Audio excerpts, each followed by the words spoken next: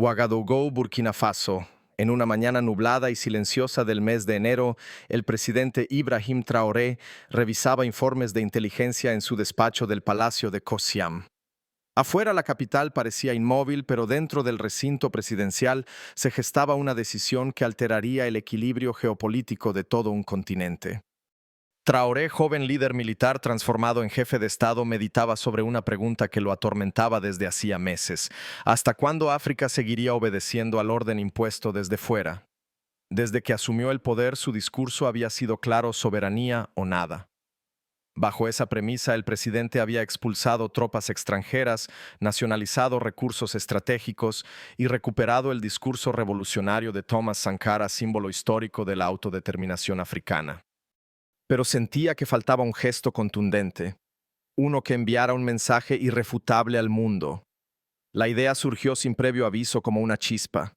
Traoré levantó la mirada de sus papeles y dijo en voz baja: ¿y si invitamos a Kim Jong-un? El silencio de sus asesores fue inmediato. Nadie respondió, pero todos entendieron el peso de esa frase. Invitar al líder de Corea del Norte, el enemigo jurado del bloque occidental, no sería solo un acto diplomático. Sería una bofetada simbólica a la hegemonía occidental sobre África.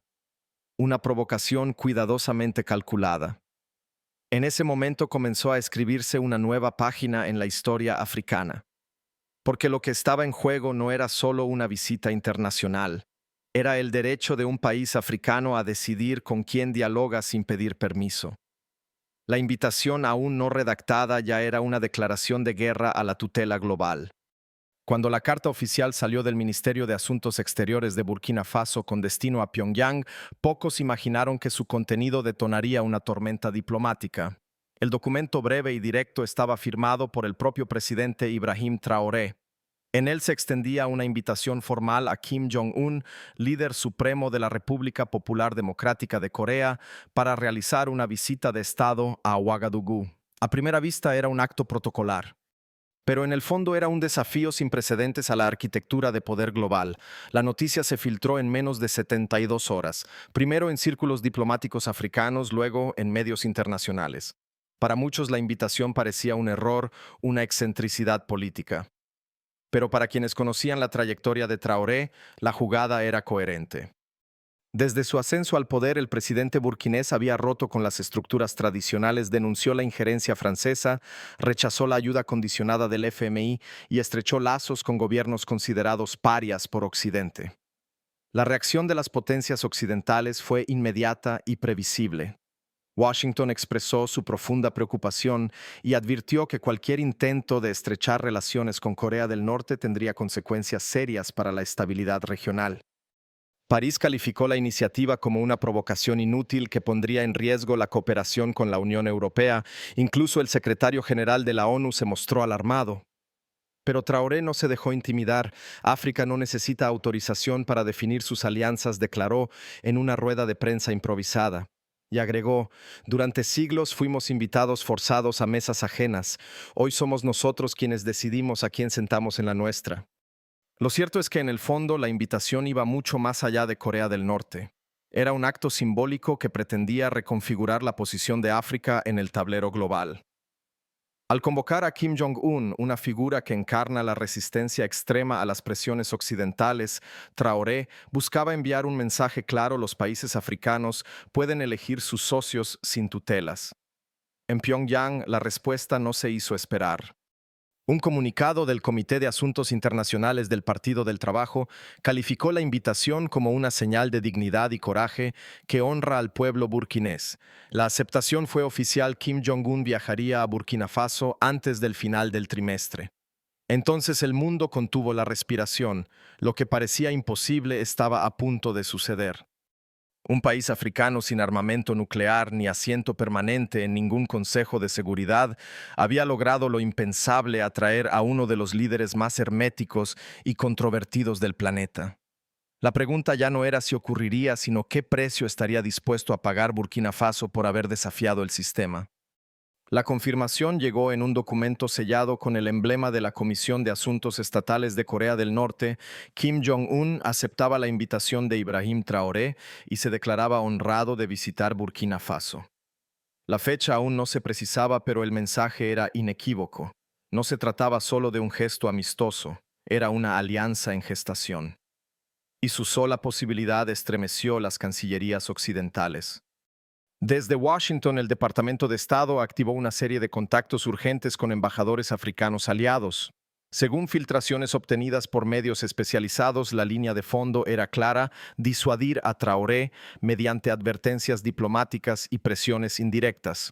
No se hablaba aún de sanciones, pero sí de consecuencias económicas, aislamiento institucional y suspensión de cooperación en materia de seguridad regional. En París el malestar era incluso mayor.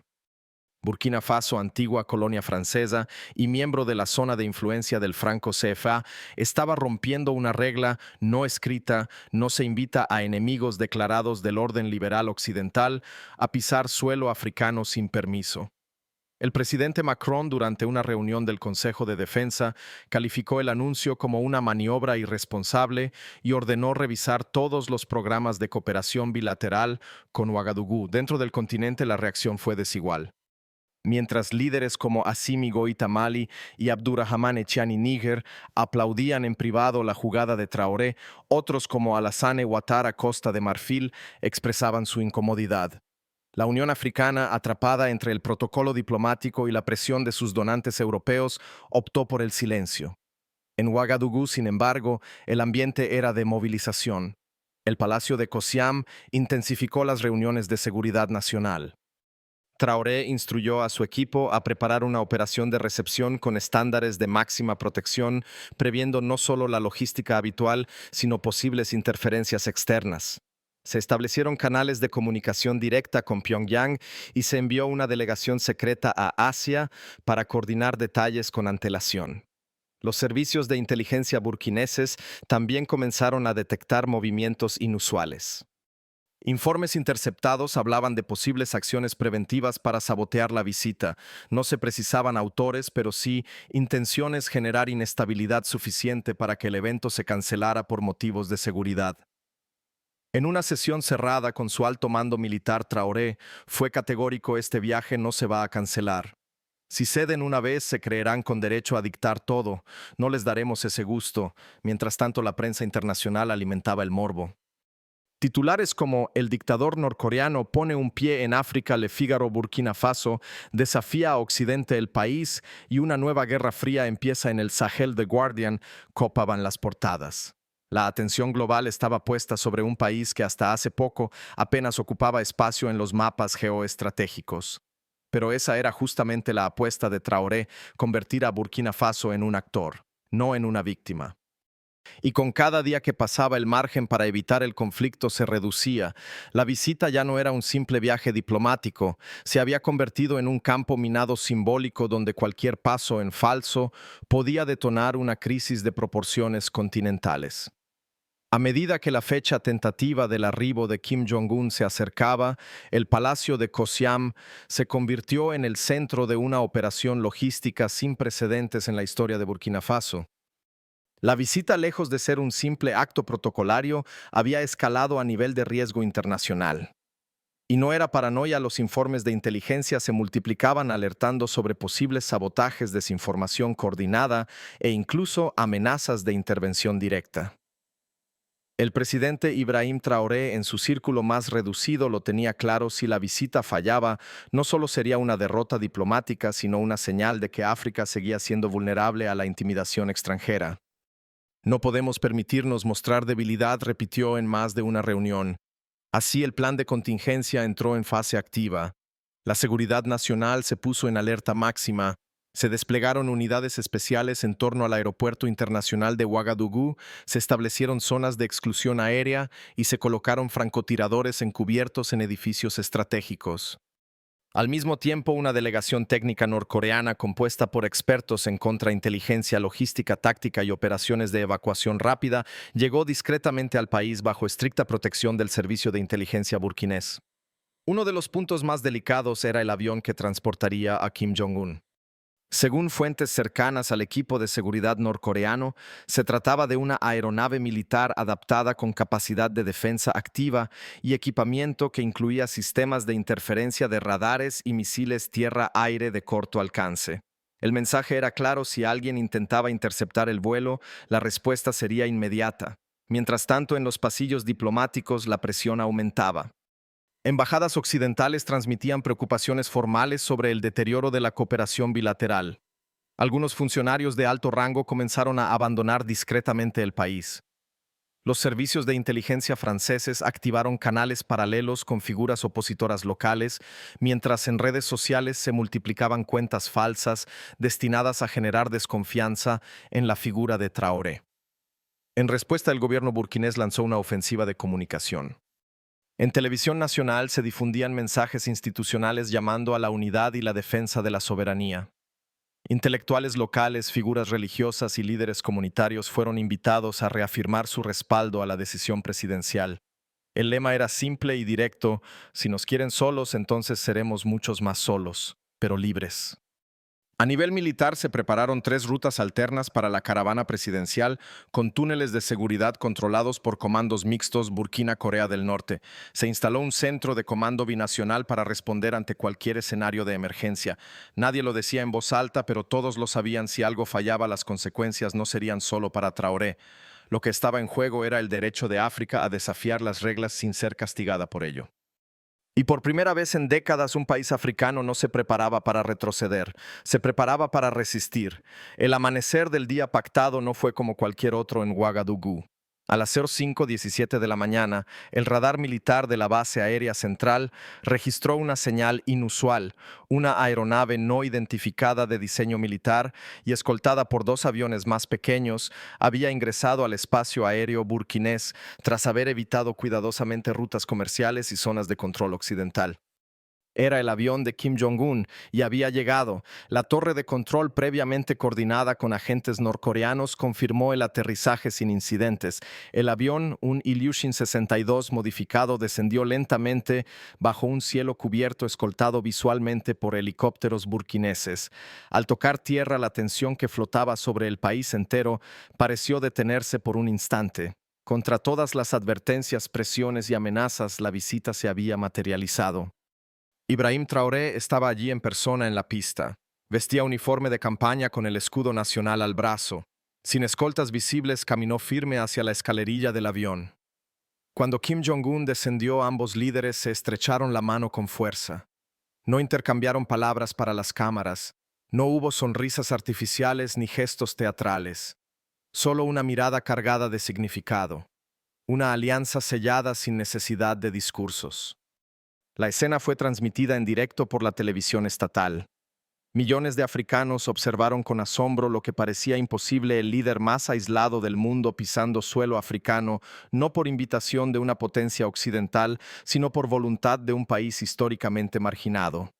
Las redes sociales se encendieron. En Malí, Níger, Sudáfrica y hasta en la diáspora africana de París y Londres, los mensajes eran unánimes: Burkina Faso ha roto el cerco, pero no todos aplaudían. En Bruselas, el Consejo de Seguridad de la Unión Europea convocó una sesión extraordinaria. En Washington, el portavoz del Departamento de Estado calificó la visita como una provocación inadmisible que desafía los principios del orden internacional. Francia, por su parte, ordenó la suspensión de toda cooperación militar con Burkina Faso. Sin embargo, en el corazón del Sahel, el mensaje ya había sido enviado: África podía hablar por sí misma. Kim Jong-un había llegado, y con él una nueva etapa en la política africana. No se trataba solo de geopolítica, era una afirmación histórica. Y el mundo, aunque no lo quisiera, estaba obligado a escuchar. Ouagadougou se convirtió durante 3 días en el epicentro diplomático más tenso del planeta. La llegada de Kim Jong-un no fue solo un evento simbólico, fue un punto de inflexión. Con las cámaras del mundo enfocadas en cada paso, el presidente Ibrahim Traoré activó un sistema de seguridad y vigilancia sin precedentes para garantizar que la visita no terminara en tragedia. Desde las primeras horas de la mañana posterior al aterrizaje, los dispositivos de inteligencia detectaron movimientos sospechosos. Informes internos advertían de la presencia de operativos extranjeros infiltrados en la capital, supuestamente como periodistas o observadores de ONG. Muchos de ellos estaban vinculados a entidades que, según el Servicio de Seguridad del Estado, actuaban como brazos de presión indirecta de potencias occidentales. Se detectaron comunicaciones cifradas entre varios hoteles de lujo en el centro de la ciudad. Los mensajes, aunque fragmentarios, sugerían una posible operación de sabotaje planeada para las horas siguientes al encuentro bilateral. El objetivo no era necesariamente eliminar a Kim Jong-un o a Traoré, sino generar un caos suficiente que obligara a abortar la visita y dejar al país en estado de emergencia. La respuesta del gobierno fue inmediata, se ordenó el cierre temporal de rutas de acceso clave, se reubicó al cuerpo diplomático en zonas controladas por el ejército y se activó un plan de interferencia electrónica para anular señales sospechosas en un radio de 10 kilómetros alrededor del Palacio de Kosiam. El perímetro se convirtió en un búnker urbano. Nadie entraba sin doble verificación biométrica. Kim Jong-un, por su parte, no viajó solo. Su comitiva incluía expertos en defensa cibernética contra vigilancia y una unidad élite encargada de evaluar la amenaza química o biológica en alimentos, aire y agua. Según fuentes norcoreanas, este mismo equipo había sido utilizado en cumbres anteriores con China y Rusia. Su sola presencia enviaba un mensaje: Pyongyang no confiaba en nadie fuera de su círculo. A pesar del estado de tensión, la agenda oficial no se detuvo. Los dos líderes participaron en una ceremonia simbólica en el Monumento a la Revolución, donde colocaron una ofrenda floral en honor a Thomas Sankara.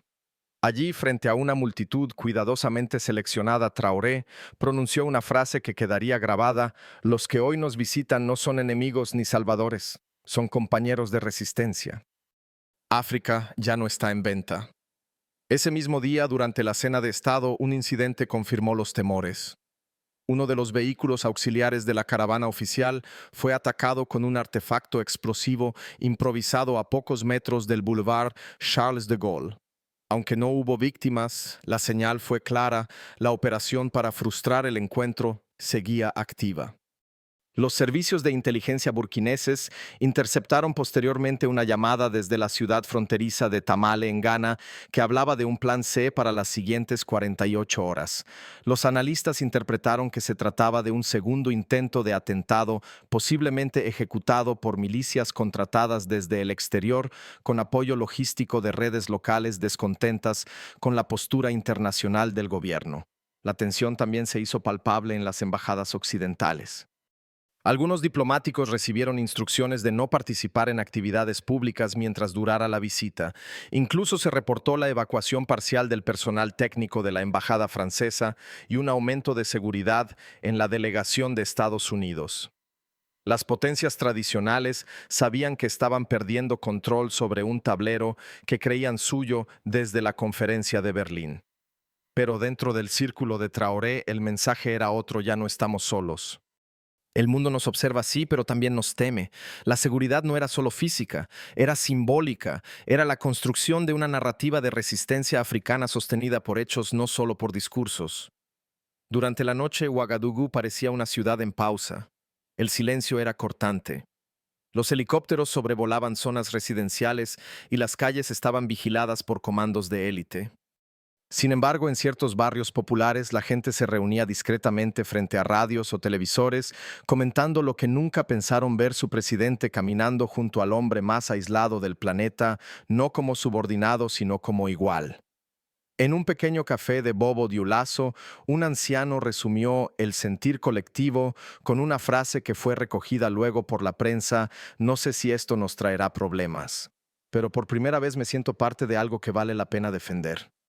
Y eso para Traoré era la victoria más peligrosa de todas que el pueblo creyera. Porque cuando un pueblo cree en su derecho a decidir, ya nada lo detiene. Ni embargos, ni amenazas, ni bombas. La mañana del tercer día comenzó con la promesa de tranquilidad. En el programa oficial figuraba una visita de los presidentes Ibrahim Traoré y Kim Jong-un al Centro de Formación Técnica de Ouagadougou, seguido de un recorrido cultural por el barrio histórico de Paspanga. La ciudad, aunque militarizada, mostraba una calma tensa propia de un país que intenta respirar en medio de un asedio invisible. Pero el enemigo no descansaba. A las 10:42 a.m., en la Avenida de los Mártires, donde la caravana presidencial se disponía a tomar un desvío hacia el Museo Nacional, un estallido sacudió el asfalto. Una bomba de fabricación casera, escondida en un cesto de basura, explotó al paso de uno de los vehículos de la escolta avanzada. No hubo muertos, pero 3 agentes burkineses resultaron heridos y el impacto psicológico fue inmediato. El atentado había cruzado la línea de lo simbólico para convertirse en una amenaza física directa. El convoy se detuvo de inmediato. Los cuerpos de seguridad activaron el protocolo de aislamiento de dignatarios, trasladando a ambos presidentes a un edificio gubernamental cercano, previamente habilitado como refugio de contingencia. Desde allí, y bajo medidas extremas de vigilancia, Traoré convocó a una reunión urgente con su Estado Mayor, su equipo de inteligencia y los oficiales norcoreanos encargados de la seguridad de Kim Jong-un. Las primeras sospechas recayeron sobre una célula irregular detectada días antes en las afueras de la ciudad. Aunque no se había logrado establecer vínculo directo con potencias extranjeras, fuentes confidenciales del Servicio Nacional de Inteligencia afirmaron que los explosivos utilizados no eran de fabricación local. Según un informe al que este medio tuvo acceso, la detonación había sido activada por señal remota de alta frecuencia, tecnología asociada con unidades paramilitares entrenadas en el extranjero. La televisión estatal interrumpió su programación habitual para emitir un comunicado oficial. La tentativa de atentado contra el presidente de Burkina Faso y su homólogo de la República Popular Democrática de Corea ha sido frustrada. Ambos jefes de Estado se encuentran a salvo y continúan con su agenda de cooperación estratégica. El pueblo debe mantenerse vigilante pero firme. En los mercados, en las estaciones de radio locales, en los taxis y en las universidades, el mensaje se replicaba con rabia contenida: nos quieren arrodillar porque hemos dicho basta. En el discurso del pueblo, la agresión no se leía solo como un ataque a un líder, sino como una advertencia global a todo aquel que intentara romper con el orden establecido. Esa misma tarde, Traoré reapareció en público. Contra todo pronóstico, decidió mantener la agenda cultural en el barrio de Paspanga. Flanqueado por su equipo de seguridad y por la escolta norcoreana, caminó entre comerciantes, saludó a niños en las escuelas y alzó la voz frente a decenas de cámaras. Lo que ha ocurrido esta mañana no es nuevo para África. Nos han bombardeado con misiles, pero también con contratos envenenados, con deudas impagables con líderes corruptos. Hoy han usado una bomba, mañana quizás una noticia falsa. Pero aquí seguimos, de pie. A su lado, Kim Jong-un mantuvo el silencio, pero su presencia hablaba con la elocuencia del desafío. El líder norcoreano no abandonaría el país, no se refugiaría en su avión, no emitiría comunicado de condena. Se quedaría hasta el final como muestra de compromiso con una causa que a sus ojos trascendía a Burkina Faso. Mientras tanto, las embajadas de Estados Unidos, Francia y Reino Unido activaron alertas de seguridad para su personal. Ninguna asumió responsabilidad por el atentado, pero el eco del sabotaje resonaba entre bastidores diplomáticos. La pregunta ya no era quién había colocado la bomba, sino a quién beneficiaba que la visita fracasara. Y es que el intento de asesinato, lejos de debilitar la alianza, la consolidó. En los corazones de muchos burkineses, el atentado fue la prueba definitiva de que su país estaba cambiando algo profundo. Como si el sistema internacional, ante un simple gesto de independencia africana, hubiera revelado su rostro más violento. Esa noche, en los muros del palacio de Cosiam, alguien escribió con tiza blanca: si nos atacan por recibir a un aliado, es porque ya dejamos de ser súbditos. Al día siguiente del atentado fallido, el presidente Ibrahim Traoré convocó a una rueda de prensa internacional en el palacio de Cosiam. No fue una comparecencia cualquiera. No hubo banderas alineadas ni guiones diplomáticos prefabricados. Lo que ocurrió esa tarde fue una declaración de ruptura tan calculada como desafiante, dirigida no solo a las potencias occidentales, sino al corazón mismo del sistema internacional. La sala estaba repleta. Medios de comunicación de todo el mundo, desde Al Jazeera hasta Reuters, desde la televisión nacional china hasta pequeñas cadenas africanas, habían enviado corresponsales para cubrir un evento que de antemano ya se sentía histórico. Kim Jong-un se sentó a la derecha de Traoré. Ambos líderes vestían de manera sobria, sin exhibiciones militares ni insignias extravagantes. Traoré fue el primero en hablar. Su tono sereno pero firme atrapó el silencio. No estamos aquí para pedir permiso. Estamos aquí para anunciar algo simple: África ha despertado. Y quien crea que puede decidir nuestras alianzas desde una oficina en Bruselas o Washington no ha entendido nada. Las cámaras captaron cada palabra, cada pausa, cada mirada. Luego fue el turno de Kim Jong-un, que sorprendió a muchos con un discurso breve pero contundente. Habló del respeto mutuo entre naciones soberanas, del derecho a existir fuera del yugo imperialista y de su admiración por la resistencia africana frente al saqueo colonial. Las preguntas de la prensa no se hicieron esperar. ¿No teme Burkina Faso represalias económicas?, preguntó un periodista francés.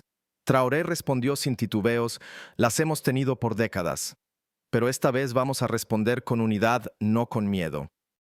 Otro reportero cuestionó la legitimidad de una alianza con un país sancionado por Naciones Unidas.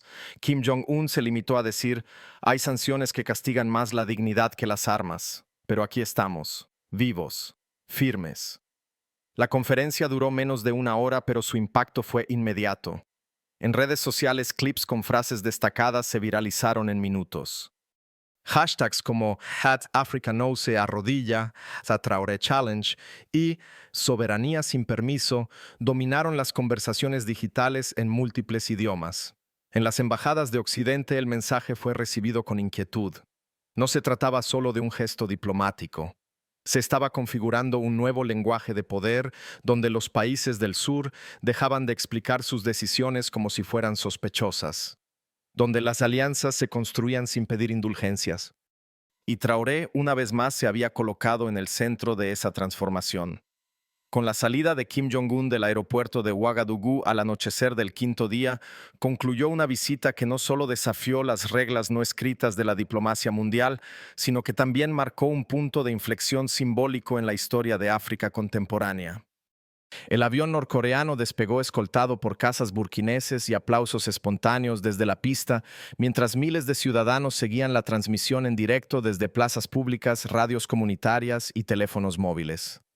Pero el verdadero eco de esta visita no estaba en el cielo, sino en las calles, pintadas con frases como «La dignidad no se negocia» y «Kim fue el pretexto», «África es el mensaje», aparecieron en muros y esquinas de la capital. Las universidades abrieron foros para debatir sobre soberanía y multipolaridad, y en los barrios populares las madres contaban a sus hijos que algo había cambiado. No sabían aún qué, pero lo sentían.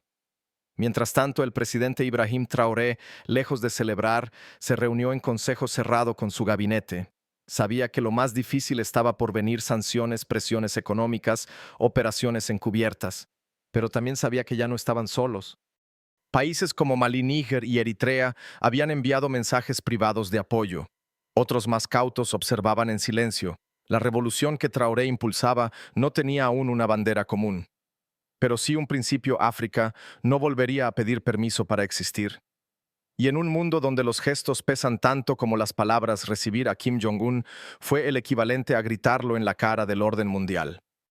En una era marcada por tensiones geopolíticas, alianzas estratégicas desequilibradas y viejos esquemas de dominación, la visita de Kim Jong-un a Burkina Faso no fue meramente un gesto simbólico, sino una afirmación política de gran calado. Lo que el presidente Ibrahim Traoré dejó claro ante los ojos del mundo es una verdad que durante décadas ha sido silenciada, ignorada o diluida entre tratados y tutelajes. África no es un subordinado, África es un actor soberano. La decisión de Burkina Faso de invitar oficialmente al líder norcoreano en contra de la voluntad explícita de las potencias occidentales constituyó un acto de autodeterminación en su estado más puro. Este gesto no pretende glorificar un régimen cuestionado, sino denunciar un sistema internacional profundamente asimétrico, donde los países africanos son constantemente vigilados, presionados y condicionados por quienes se autoproclaman garantes del orden mundial. El mensaje no es solo diplomático, es existencial. El derecho a elegir con quién relacionarse, cómo construir su modelo de desarrollo y qué voz adoptar en la escena internacional es inalienable. Negarlo, censurarlo o castigarlo, como amenazaron hacer Estados Unidos, Francia y otros aliados, es perpetuar la lógica colonial bajo formas nuevas y más sutiles. Lo que ocurrió en Ouagadougou debe interpretarse no solo como una declaración de intenciones, sino como un punto de inflexión. Porque si la comunidad internacional responde con sanciones, aislamiento o incluso acciones encubiertas, entonces estará quedando al descubierto lo que muchos pueblos ya sospechan: que la democracia y la libertad son privilegios, no principios, cuando se trata de África. Esta es pues una advertencia a las potencias globales: el mundo ha cambiado. Las naciones del sur ya no caminan en silencio. Y si la soberanía africana sigue siendo tratada como una amenaza en lugar de un derecho, la historia juzgará no a quienes resistieron, sino a quienes pretendieron seguir gobernando sin consentimiento.